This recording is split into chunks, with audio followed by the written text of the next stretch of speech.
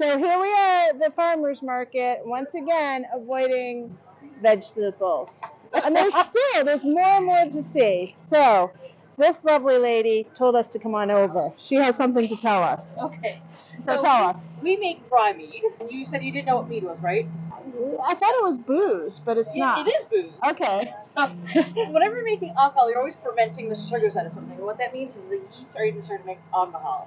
And I always tell people, if you're trying to look for one single picture that explains what fermentation is for alcohol, picture Pac-Man. You've seen Pac-Man, right?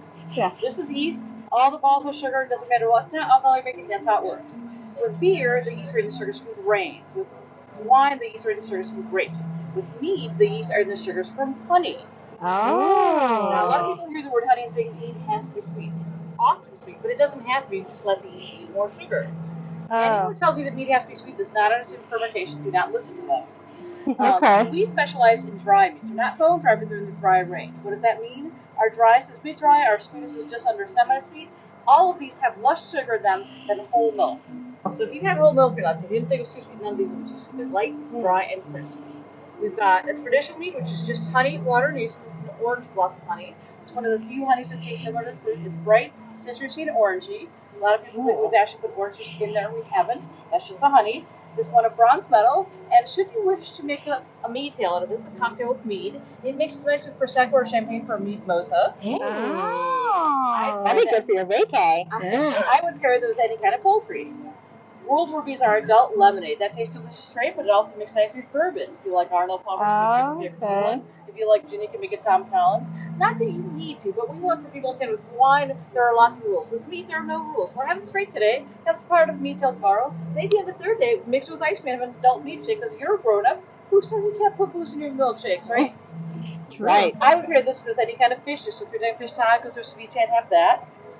This one is prepared as some pages. It's passion fruit and prickly pear. It's tart and tropical. This will transport you to Hot Beach on a Roof any time of the year. In fact, I used to tell people the first time you have this, you should close your eyes. Picture being in a hot beach somewhere. Your feet touch some sand. You can feel the sand between your toes. Maybe the sand's a little too hot on your toes. That's okay. There's an ocean breeze coming by, wafting the deck for your head, cooling you off, and you're holding this drink. This one is silver medal. It was also listed in Hot Culture magazine last summer as one of the top 10 best meats in the country to have. I would pair this with steak, burgers, and spicy food. Okay. And if you wanted to make a meat tail out of that one, that makes nice with rum, tequila, or mezcal. All right. Now this is our strawberry basil meat. It's called Nursery Rhymes. It's fruit forward, and then the basil comes and dries out the finish. It's lush and pleasant without being over the top. It's often compared to a rosé, and I'd have it with pasta, pizza, and vegetable dishes. Oh. Now they also do, and you can't make your mind, we do offer mixed match 4-pack discount. Any 4 bottles, whether it's 1 of each, or 2 and 2, or 3 to 1, and you save $4. So $1 off each bottle. Who doesn't like to buy more alcohol and save money? Okay. Seems like a no-brainer.